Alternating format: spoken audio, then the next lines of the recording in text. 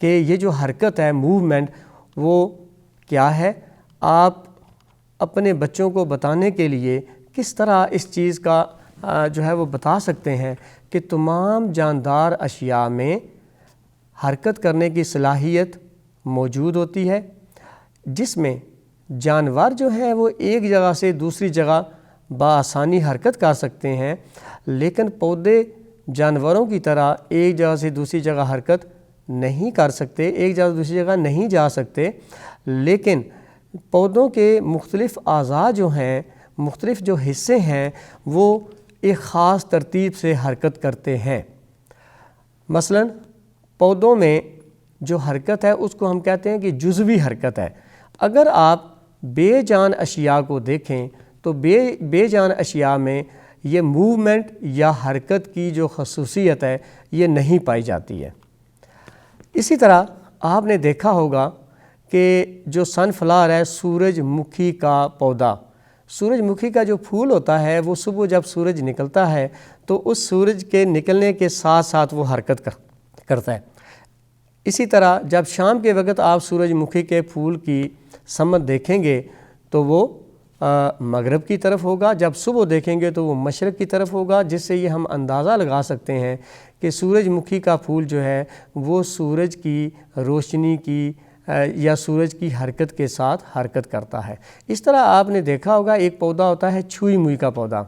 چھوئی موئی کے پودے کو جب ہاتھ لگاتے ہیں تو اس کی پتیاں جو ہیں وہ مرجھا جاتی ہیں، جس سے یہ ظاہر ہوتا ہے کہ اس نے حرکت کی ہے. آگے چل کے حساسیت میں بھی ہم چھوئی موئی کے پودے کے حوالے سے ایک مخصوص مثال دیں گے. اسی طرح جو پودوں کے آپ نے دیکھا ہوگا کہ تمام پودے سورج کی روشنی کی طرف حرکت کرتے ہیں، یعنی پودا زمین میں اگتا ہے اور گرو کرتے کرتے اگتے اگتے اس کی جو حرکت ہے وہ سورج کی روشنی کی طرف ہوتا ہے. یہ آپ کو کتابوں میں کئی مثالیں بھی ملیں گی کہ کسی کمرے کے اندر اگر ایک پودا اگایا جائے تو اس کی جو ٹہنیاں ہیں اور ایک چھوٹا سا سوراخ رکھ دیا جائے تو اس سوراخ میں سے جو پودے کی ٹہنیاں ہیں وہ سورج کی روشنی کی طرف حرکت کرتی ہوئی آپ کو نظر آتی ہیں. یہ تمام جو خصوصیات ہیں یہ بے جان اشیاء میں موجود نہیں ہوتی. مثلا اگر آپ پتھر کو کہیں بھی رکھ دیں تو اس پتھر کی حرکت جو ہے وہ نہ تو روشنی کی طرف ہوگی اور نہ ہی وہ ایک جگہ سے دوسری جگہ پتھر خود بخود جا سکتا ہے، کیونکہ حرکت کے پیچھے کچھ مقاصد ہوتے ہیں اور وہ جو مقاصد ہوتے ہیں ان مقاصد کے پیش نظر جاندار اشیاء حرکت کرتی ہیں. اگلا جو اہم ہمارے پاس خصوصیت ہے جاندار اشیاء کی وہ ہے نیوٹریشن، جسے ہم تغذیہ کہتے ہیں. تمام جانداروں کو زندہ رہنے کے لیے، بڑھوتری کے عمل کے لیے اور دیگر عوامل کو بروئے کار لانے کے لیے غذا کی ضرورت ہوتی ہے. تغذیہ کیا ہے کہ تمام جاندار اشیاء جو ہیں وہ اپنی خوراک حاصل کرتے ہیں. اب خوراک حاصل کرنے کے جو طریقے ہیں وہ مختلف ہیں. مثلا تمام جانور پودوں سے اپنی خوراک حاصل کرتے ہیں. آپ دیکھتے ہیں کہ انسان جو ہیں وہ گندم سے بنی ہوئی روٹی کھاتے ہیں. اسی طرح ہم گندم سے بنی ہوئی یا دیگر جو غذائی اجناس ہیں ان کو کھاتے ہیں غذائی ضروریات کو پورا کرنے کے لیے، توانائی حاصل کرنے کے لیے. لیکن پودے اپنی خوراک، پودوں کے اندر اللہ تعالیٰ نے یہ صلاحیت رکھی ہوئی ہے کہ پودے اپنی خوراک خود تیار کرتے ہیں اور خود ان کی خوراک کی تیاری کے عمل کو ہم ضیائی تالیف یا فوٹو سنتھیسس کہتے ہیں، جس میں پودے پانی اور کاربن ڈائی آکسائڈ کو ملا کر سبز پتوں کے اندر سورج کی روشنی سے توانائی حاصل کر کے اپنی خوراک بناتے ہیں اور اسی خوراک کو اپنی بڑھوتری کے عمل کے لیے اور دیگر عوامل کے لیے استعمال کرتے ہیں. کیونکہ یہ جو تغذیہ ہے، غذا ہے، یہ توانائی کی جو ضروریات ہیں ان کو پورا کرتی ہیں اور توانائی جو ہے وہ جانداروں کو زندہ رہنے کے لیے ضروری ہے، کیونکہ اس کے بغیر وہ دیگر عوامل جو ہیں وہ بروئے کار نہیں لا سکتے. اب جب یہ خوراک جاندار حاصل کرتے ہیں تو وہ خوراک ہم آگے چل کے پڑھیں گے کہ کس طرح ہضم ہوتی ہے اور ہضم ہونے کے بعد وہ جسم کا حصہ بن جاتی ہے۔ تو اس کا مطلب یہ ہے کہ خوراک نہ صرف توانائی باہم پہنچانے کے لیے استعمال ہوتی ہے، بلکہ خوراک سے اہم غذائی اجزاء بنتے ہیں جو جسم کا حصہ بن جاتے ہیں۔ اگر کہیں کوئی زخم آ جائے تو وہ آپ نے دیکھا ہوگا کہ وہ زخم کچھ عرصے کے بعد بھر جاتا ہے۔ اس کے پیچھے وجہ کیا ہے کہ وہ خوراک جو آپ کھاتے ہیں اس خوراک میں ایسے غذائی اجزاء موجود ہوتے ہیں جو لحمیات کی شکل میں یا پروٹین کی شکل میں ہوتے ہیں، اور وہ جہاں پہ کوئی کٹ وغیرہ لگا ہو، کوئی زخم آیا ہو تو وہ زخم کچھ عرصے کے بعد بھر جاتا ہے۔ تو یہ اب پودوں کے بارے میں اگر آپ دیکھیں تو پودے اپنی جو زیادہ خوراک تیار کرتے ہیں وہ اپنے مخصوص حصوں میں ذخیرہ کر لیتے ہیں۔ اب پودوں کے ہی مخصوص حصوں میں ذخیرہ شدہ خوراک کو ہم جانور جو ہیں اور انسان یہ اپنے غذائی ضروریات کو پورا کرنے کے لیے استعمال کرتے ہیں۔ اب یہ جو سارا عمل ہے کہ غذا کیسے حاصل کی جاتی ہے اور اس غذا کو چھوٹے غذائی اجزاء میں کیسے تبدیل کیا جاتا ہے، اور پھر وہ چھوٹے غذائی اجزاء جو ہیں وہ جانداروں کے جسم کا حصہ بنتے ہیں، جس سے ان کی نشو و نما بھی ہوتی ہے، وہ بڑھتے ہیں۔ اس سارے عمل کو ہم نیوٹریشن کہتے ہیں یا تغذیہ کا عمل کہتے ہیں۔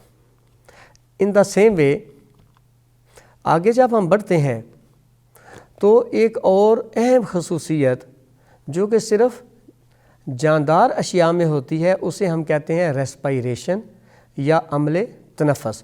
عمل تنفس میں کیا ہوتا ہے کہ وہ خوراک جو تغذیہ کے ذریعے یعنی نیوٹریشن جاندار اپنے جسم میں لے کے جاتے ہیں، وہ خوراک ٹوٹتی ہے اور اس خوراک کے ٹوٹنے سے توانائی حاصل ہوتی ہے۔ اب توانائی جب حاصل ہوتی ہے تو جس طرح میں نے پہلے عرض کیا پچھلے باتوں میں کہ ضیائی تالیف کے عمل کے ذریعے، فوٹو سنتھیسس کے عمل کے ذریعے پودے اپنی خوراک خود تیار کرتے ہیں، لہٰذا وہ تو خوراک کو تیار کر رہے ہیں، چھوٹے اجزاء کو ملا کے بڑے اجزاء بنا رہے ہیں۔ اسی طرح جب بڑے اجزاء ہضم ہو کے چھوٹے اجزاء میں دوبارہ تبدیل ہوتے ہیں تو اس میں گلوکوز کو توڑنے کے لیے آکسیجن کی ضرورت ہوتی ہے، اور جب گلوکوز کا مالیکیول ٹوٹتا ہے تو اس سے کاربن ڈائی آکسائڈ خارج ہوتی ہے۔ آکسیجن جسم کے اندر لے کے جانا ضروری ہے، اور جب کاربن ڈائی آکسائڈ اس عمل میں بنتی ہے تو اس کاربن ڈائی آکسائڈ کا خارج کرنا بھی ضروری ہے۔ تو کاربن ڈائی آکسائڈ کا جسم سے خارج ہونا اور جسم کے اندر آکسیجن کا لے کر جانا، اس عمل کو ہم ریسپیریشن کا عمل یا عمل تنفس کہتے ہیں۔ عمل تنفس کے بارے میں بھی آپ کی دلچسپی کے لیے ہم انشاءاللہ 8ویں چیپٹر میں پورا جو نظام ہے وہ پڑھیں گے، یہ انسانوں میں جو ہوتا ہے اس کو ہم پڑھیں گے۔ عمل تنفس جو ہے وہ پودوں میں بھی ہوتا ہے۔ اب جو عمل تنفس ہے یہ پودے ہوں یا جانور ہوں، دونوں میں ایک جیسا ہی عمل ہوتا ہے کہ اس میں خوراک کے ساتھ آکسیجن ملتی ہے اور کاربن ڈائی آکسائڈ پیدا ہوتی ہے۔ اب جس طرح کہ یہاں بھی لکھا ہوا ہے کہ تمام جو جاندار اشیاء ہیں ان کو آکسیجن کی ضرورت ہوتی ہے۔ اب آکسیجن کی ضرورت کیوں ہوتی ہے؟ ظاہر ہے یہ آکسیجن جو ہے ان کو خوراک میں سے توانائی پیدا کر کے دیتی ہے۔ تو عمل تنفس جو ہم نے یہ پڑھا ہے، اس عمل تنفس کے لیے اگر کوئی ضروری چیز ہے تو وہ آکسیجن ہے۔ آکسیجن ہوا کے اندر موجود ہوتی ہے اور سانس کے ذریعے جو جاندار ہیں وہ اندر لے کے جاتے ہیں۔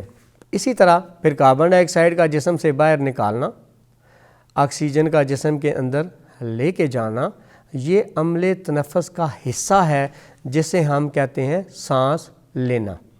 بریدنگ اس کو انگریزی میں کہتے ہیں اور اسے ہم کہتے ہیں سانس لینا۔ اسی طرح اگلی جو اہم خصوصیت ہے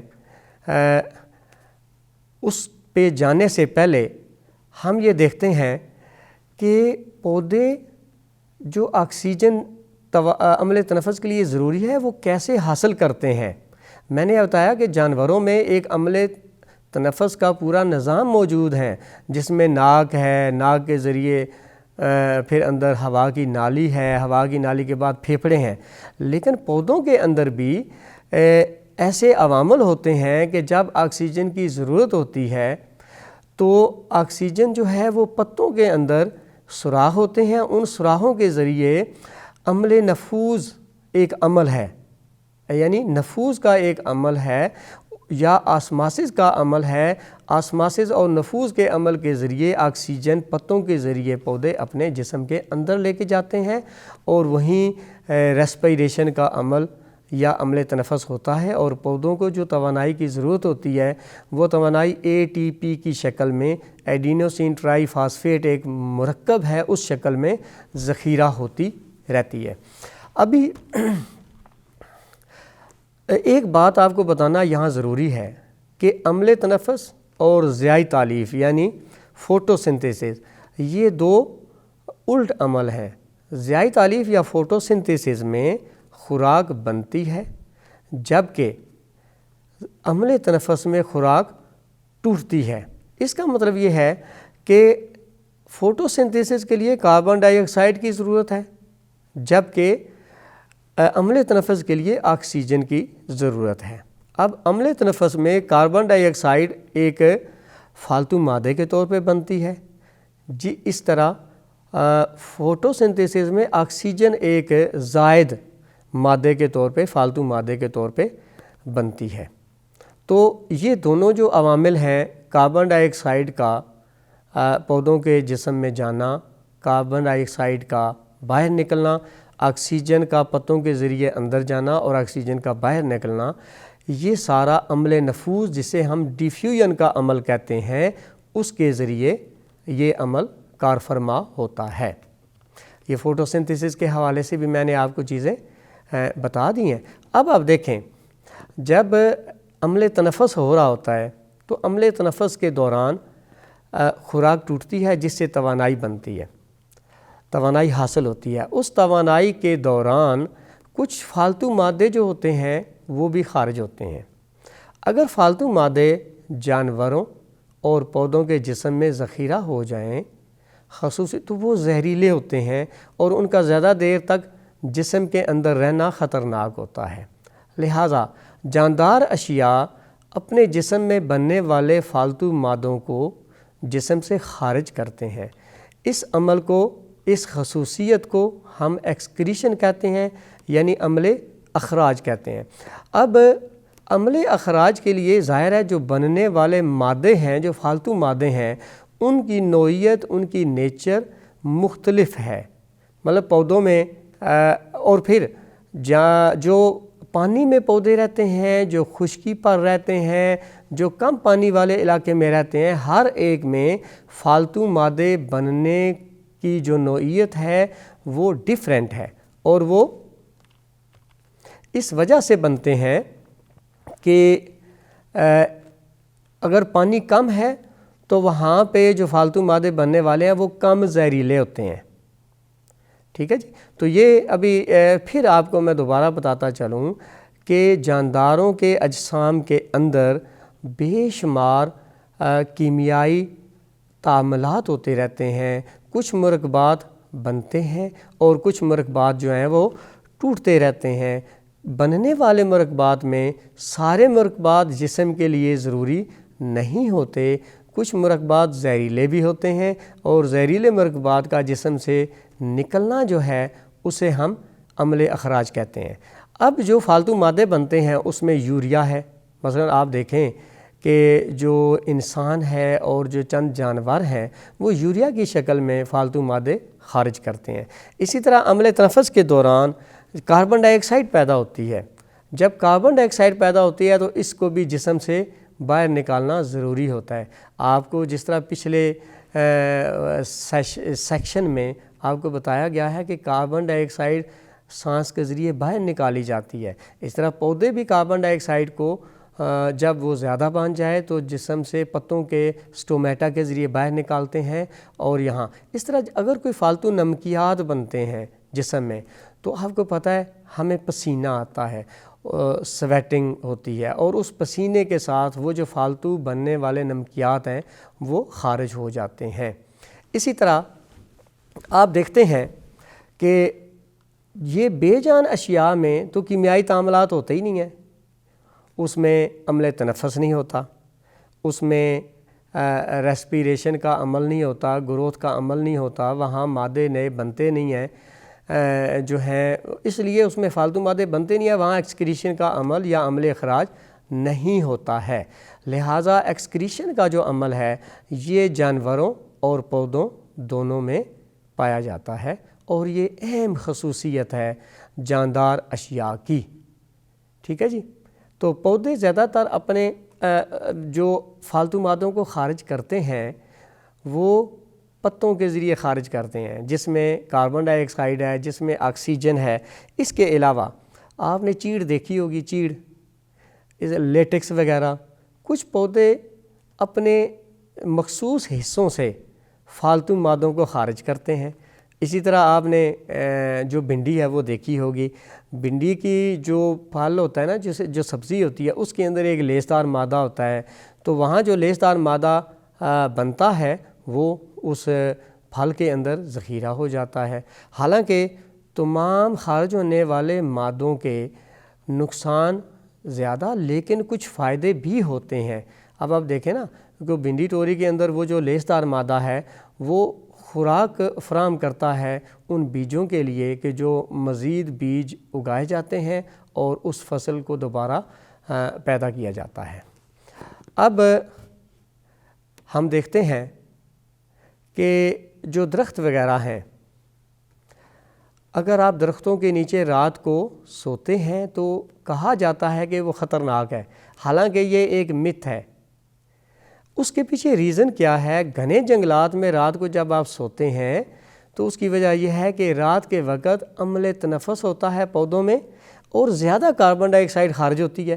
اب انسانوں کو سانس کے لیے آکسیجن کی ضرورت ہوتی ہے، تو جب کاربن ڈائی آکسائڈ کی مقدار فضا میں زیادہ ہو جائے گی تو وہ کاربن ڈائی آکسائڈ کی فضا میں مقدار زیادہ ہونے کی وجہ سے انسان کو گھٹن محسوس ہوتی ہے، سفوکیشن ہوتی ہے، جس کے بارے میں احتیاط کا کہا جاتا ہے کہ آپ رات کے وقت زیادہ گھنے جنگلوں کے نیچے یا زیادہ گھنے درختوں کے نیچے نہ سوئیں۔ اب اسی طرح جب عمل تنفس ہوتا ہے، توانائی بنتی ہے، کچھ اچھے مادے پیدا ہوتے ہیں اور وہ مادے جو ہیں وہ جسم کا حصہ بنتے ہیں، جسم کا حصہ بننے کے ساتھ ساتھ جسم میں بڑھوتری کا عمل ہوتا ہے۔ آپ نے دیکھا ہوگا کہ اگر ایک بکری ہے، بکری کا چھوٹا سا بچہ ہے تو وہ کچھ عرصے کے بعد بڑا ہو جاتا ہے۔ وہ کیسے بڑا ہوتا ہے؟ ایک چھوٹا سا بیج آپ بوتے ہیں پودے کا، تو وہ جو پودے کا بیج ہے وہ آہستہ آہستہ بڑا ہو جاتا ہے۔ اس کے پیچھے کیونکہ تمام جاندار اشیاء کی جو خصوصیت ہے ان میں بڑھوتری کا عمل ہوتا ہے۔ بڑھوتری کے عمل کے لیے یہ جو نشو و نما کا عمل ہے یہ یک طرفہ ہوتا ہے، یعنی اگر کوئی جانور، اگر کوئی پودا بڑا ہو جاتا ہے تو دوبارہ وہ چھوٹا نہیں ہوتا، کیونکہ وہ تمام غذائی اجزاء اس کے جسم کا حصہ بن جاتے ہیں، وہ دوبارہ واپس نہیں آتا۔ اس لیے اس کو ہم کہتے ہیں یہ irreversible عمل ہے، یعنی اس عمل کو واپس دوبارہ نہیں لایا جا سکتا۔ اسی طرح آپ دیکھتے ہیں کہ کچھ بیج آپ بوتے ہیں تو کچھ پودے بن جاتے ہیں۔ اس طرح آپ مرغی کے انڈوں سے جو چوزا نکلتا ہے وہ کچھ عرصے کے بعد بڑی مرغی یا مرغا بن جاتا ہے۔ انسان کا چھوٹا سا بچہ ہوتا ہے اور وہ جوان ہو جاتا ہے۔ تو یہ ساری جو خصوصیات ہیں یہ جاندار اشیاء میں ہیں۔ اگر آپ کسی بے جان اشیاء، مثلا یہ میز ہے، یہ بے جان چیز ہے، اس سے دو میز نہیں بن سکتے، ایک بات۔ دوسری بات یہ ہے کہ یہ میز بڑا نہیں ہو سکتا۔ کیوں نہیں ہو سکتا؟ کیونکہ اس کے اپنے اندر یہ صلاحیت موجود نہیں ہے کہ یہ اپنے اندر غذائی اجزاء کو جنم دے کے ان غذائی اجزاء کو جسم کا حصہ بنا کے اپنے سائز یا نشو و نما کے عمل کو آگے بڑھا سکے۔ اسی طرح ہم کہہ سکتے ہیں کہ صرف جاندار اشیاء میں ہی بڑھوتری کا عمل ہوتا ہے۔ اب بڑھوتری کے عمل کے پیچھے جس طرح عمل تنفس میں آپ کو بتا دیا گیا ہے کہ بے شمار کیمیائی عوامل ہوتے ہیں اور کچھ طبعی عوامل بھی ہوتے ہیں۔ کیونکہ طبعی عوامل کا تعلق کس سے ہے؟ آپ دیکھیں کوئی جانور ہے، وہ جو ہے وہ کھیلتا ہے، کودتا ہے، بھاگتا ہے، اس کے لیے اس کو توانائی کی ضرورت ہوتی ہے، تو کیا ہوا کہ یہ طبعی عمل ہے۔ لیکن کیمیائی عمل کیا ہے کہ جسم کے اندر توڑ پھوڑ کا عمل اور نئے غذائی اجزاء بننے کا عمل، جن کو ہم میٹابولزم کا نام دیتے ہیں، اور غذائی اجزاء کے بننے کا عمل اینابولزم ہے، اور دوسرا جب ٹوٹنے کا عمل ہے اس کو ہم کیٹابولزم کا نام دیتے ہیں۔ یہ عوامل ہر وقت جاندار اشیاء کے اجسام کے اندر ہو رہی ہوتی ہیں۔ اب آپ دیکھیں، جس طرح میں نے پہلے عرض کیا، حساسیت، تمام جاندار حساس ہوتے ہیں۔ مثلا اگر آپ چھوئی موئی کے پودے کو ٹچ کرتے ہیں تو اس کی پتیاں مرجھا جاتی ہیں۔ جب وہ مرجھاتی ہیں تو اس کا مطلب کیا ہے کہ وہ حساس ہے۔ تو جاندار اشیاء ماحول میں ہونے والی تبدیلیوں کو محسوس کرتے ہیں، فیل کرتے ہیں، اور وہ جو ماحول میں ہونے والی تبدیلیاں ہیں ان کو ہم محرکات کہتے ہیں، یعنی سٹیمولس کہتے ہیں۔ مثال کے طور پہ اب اگر روشنی زیادہ ہوگی تو میری آنکھیں چندھا جائیں گی، لیکن اور جب آنکھیں چندھائیں گی تو یہ آنکھوں کا چندھانا جو ہے یہ ری ایکشن ہے، اور یہ سینسیٹیوٹی کی وجہ سے ہے۔ یہ جو عمل حساسیت ہے، یہ خصوصیت ہے، اس وجہ سے ہے۔ اسی طرح جب آپ تمام بے جان اشیاء تو ریئیکٹ ہی نہیں کرتی۔ باہر آپ دیکھیں مٹی کا ڈھیلا پڑا ہوا ہے، دھوپ کم ہو یا زیادہ ہو، وہ رد عمل کا اظہار نہیں کرتا۔ کیوں نہیں کرتا؟ کیونکہ اس کے اندر حساسیت کی خصوصیت موجود نہیں ہے۔ ایک پتھر پڑا ہوا ہے، اس پتھر کو بھی لیکن پودے بھی رد عمل یا حساسیت کا اظہار کرتے ہیں۔ کیسے؟ اگر دھوپ بہت زیادہ ہو تو پتے جو ہیں وہ مرجھا جاتے ہیں، پتے مرجھا جاتے ہیں۔ جب پتے مرجھاتے ہیں تو وہ کیا شو کرتے ہیں؟ وہ یہ شو کرتے ہیں کہ زیادہ دھوپ میں زیادہ پانی کا اخراج نہ ہو۔ اسی طرح بہت سے جو جاندار ہیں وہ اپنی حفاظت کے لیے اس خصوصیت کو استعمال کرتے ہیں۔ مثال کے طور پہ ہم ایک مثال لیتے ہیں کہ ایک جو بلی ہے وہ کسی کتے کو دیکھتی ہے، تو جب اس نے کتے کو دیکھا تو اس نے محسوس کیا کہ یہ میرے لیے خطرناک ہے، اور وہ فوراً وہاں سے بھاگ جاتی ہے۔ اب دیکھیں، وہ اپنی زندگی کے بچاؤ کے لیے وہاں سے بھاگی ہے۔ تو یہ اسی طرح جو روشنی ہے، جو ٹچ ہے، یہ وہ چند ایک تبدیلیاں ہیں، درجہ حرارت میں تبدیلی ہے جو محرکات کے طور پہ استعمال ہوتے ہیں، اور اس کو ہم حساسیت کا عمل کہتے ہیں۔ تمام جاندار اشیاء آپ کو پتہ ہے اپنے جیسے بچے پیدا کرتے ہیں۔ پودے ہیں تو پودے بھی بیج پیدا کرتے ہیں۔ جب بیج کے اندر وہ خصوصیات موجود ہوتی ہیں، جب بیج کو بویا جاتا ہے تو اس سے ایک نیا پودا پیدا ہو جاتا ہے۔ اسی طرح آپ انسان کو لے لیں، آپ جتنے بھی جانور ہیں ان کو بھی لے لیں، تو وہ اپنے جیسے بچے پیدا کرتے ہیں۔ تو اس عمل کو جس میں تمام جاندار اپنی نسل کو بڑھانے کے لیے اپنے جیسے بچے پیدا کرتے ہیں، اسے ہم کہتے ہیں عمل تولید یا ریپروڈکشن کہتے ہیں۔ اب دیکھیں کہ یہ جو ریپروڈکشن کا عمل ہے یہ بے جان اشیاء میں نہیں ہوتا ہے، یہ تمام جاندار اشیاء میں ہوتا ہے۔ لیکن جو ریپروڈکشن کا عمل ہے یہ مختلف طریقوں سے ہوتا ہے۔ یہ ضروری نہیں ہے کہ تمام جانداروں میں ایک ہی طریقے سے ہو۔ پودوں کے ہم اب دیکھیں کہ کچھ حصے لے کے دوبارہ اگاتے ہیں تو وہ نئے پودے بن جاتے ہیں، کچھ کے ہم بیج لگاتے ہیں وہ نئے پودے بن جاتے ہیں، کچھ کے سپورز ہوتے ہیں، وہ سپور ایک جگہ دوسری جگہ جاتے ہیں تو وہ وہاں اگنا شروع ہو جاتے ہیں۔ اسی طرح آپ اگر جانوروں کے بارے میں دیکھیں تو تمام جانوروں میں عمل تولید یا اپنے جیسے بچے پیدا کرنے کا جو عمل ہے وہ مختلف ہے، اس کے ادوار مختلف ہیں، اس کا طریقہ کار مختلف ہے۔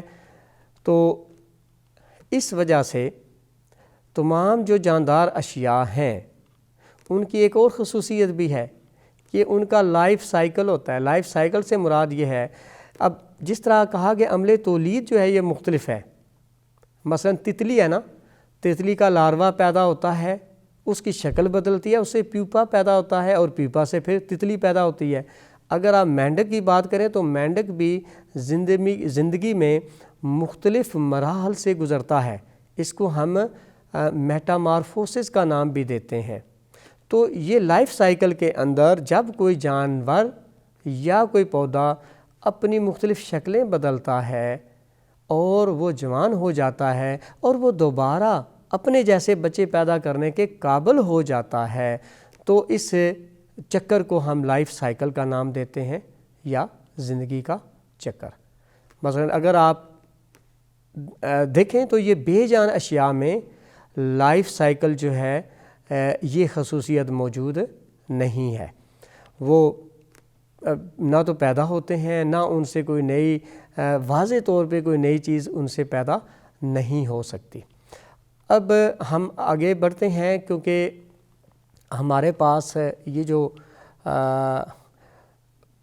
پارٹ 1 کا پہلا حصہ ہے وہ تکمیل کو پہنچتا ہے، جسے ہم کہتے ہیں کریکٹرسٹک آف لیونگ تھنگز یا living things and non living things, how we can differentiate living things from non living things, کہ یہ خصوصیات ہیں جن کی بنیاد پر سائنسدان اور ہم لوگ جانداروں کو بے جان اشیاء سے تفریق کرتے ہیں.